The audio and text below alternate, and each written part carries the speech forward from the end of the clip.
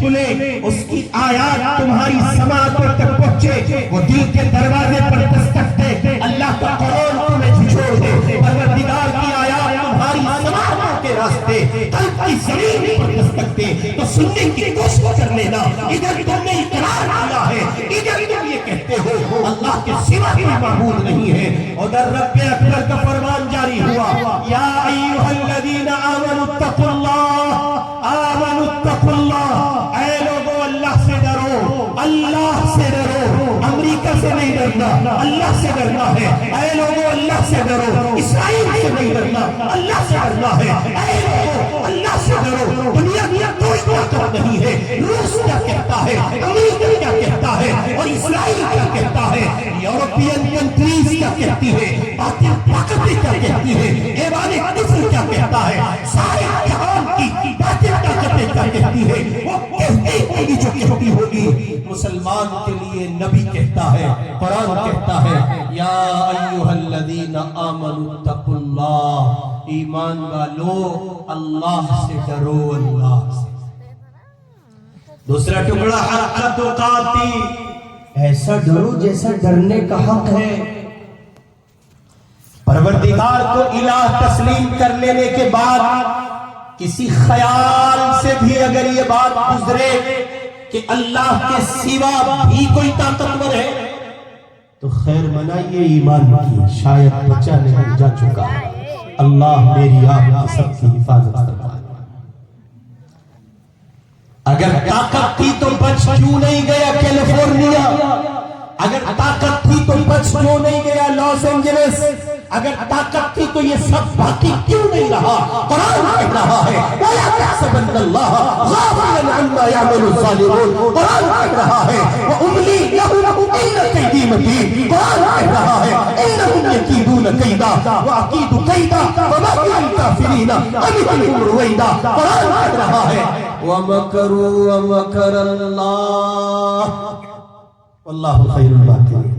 قرآن کہہ رہا ہے اسرائیل، آئرن ڈوم، نیتن ہوہو، اتنی سب بڑی طاقتیں، اس کے پیچھے سپر پاور، امریکہ کے دندناتے دور، شام کی سرزمین پر بشار کا قہر، اور حسینہ بھاگ گئی۔ آپ توجہ نہیں ہیں، آپ یہاں نہیں ہیں حضرت، آپ یہاں ہوتے تو اس جملے سے لطف اٹھاتے ہیں۔ شام کی سرزمین پر بشار کا قہر، آئرن ڈوم کا بھرم ٹوٹنا، چند نہتے بے بس لاچار دیوانے، حامیم الف سین کے چند دیوانے یوں بھرم توڑ ڈالیں گے، دنیا دیکھتی رہ جائے گی، اور پھر پڑھنے والے پڑھیں گے، پھر کہنے والے کہیں گے، پھر بولنے والے بولیں گے الیس اللہ الیس اللہ بِأَحْكَمِ الْحَاكِمِينَ، کوئی نہیں ہے سوائے اللہ کے، کوئی نہیں تھا سوائے اللہ کے، کوئی نہیں ہوگا سوائے اللہ کے، کل بھی کوئی نہیں تھا، آج بھی کوئی نہیں ہے، صبح قیامت تک کوئی نہیں ہوگا۔ حق تقاتی، اس سے ڈرو ایسا جیسے اس سے ڈرنے کا حق ہے۔ اس سے ڈرنے کا حق یہ ہے کہ آپ کو خوف نہ ہو اس بات کا کہ آپ داڑھی رکھ لیں گے تو کوئی کیا کہے گا، ڈر ہے، یہ اندر چھپا ہوا کفر ہے، کفر اندر چھپا ہوا کفر۔ ابھی گزشتہ دن حضرت مولانا بہت قیمتی جملہ عرض کر رہا ہوں، آپ کی سرپرستی میں یہ مجلس ہے، آپ موجود ہیں، بڑے باپ کے بیٹے ہیں آپ، اللہ آپ کو سلامت رکھے، حضرت مولانا جابر صاحب رحمۃ اللہ علیہ، آپ کی بستی کا ایک عظیم نام۔ ابھی گزشتہ دنوں میں نے عقد ثانی کیا، بہت قیمتی جملہ عرض کر رہا ہوں، علماء کو توجہ بھی دلا رہا ہوں، ایک نکاح پہ بس نہ کرو، ایک سے زیادہ نکاح کرو، اور عورتوں سے مخاطب ہوں براہ راست، خواتین کو بڑی سب مصیبتیں پڑی ہوتی ہیں، نہیں ہم اپنی محبت تقسیم نہیں کریں گے، جھوٹا ناٹک چھوڑ دو، اگر محبتیں تقسیم ہوتی تو اس کا مطلب یہ سب سے زیادہ ناانصافی نعوذ باللہ محمد رسول اللہ نے کی۔ کہہ سکتی ہو کہ حضور نے حضرت عائشہ کی محبت کو سودا میں تقسیم کیا؟ یہ مستقل ایک عنوان ہے، اس پہ بات چھڑے گی دوسری طرف جائے گی. بس یہی سٹاپ کر دیتا ہوں کہ ایک سے زائد نکاح کو ترجیح دیجئے تاکہ ان بیوہ، بے سہارا اور ان بچیوں کا بھلا ہو سکے جو طلاق پا کے باپ کے گھر میں بیٹھی ہیں. تو وہ جب میں نے اپنے ثانی کیا تو ایک لڑکے نے بڑا پیارا جملہ کہا، وہ میں آپ کو سنانے جا رہا ہوں، یہ تو بیچ میں ذکر آتا، وہ اس کے بغیر ادھورا تھا. تو ہم جس مسجد میں امامت کرتے تھے چھٹی ہو گئی، ہونی تھی.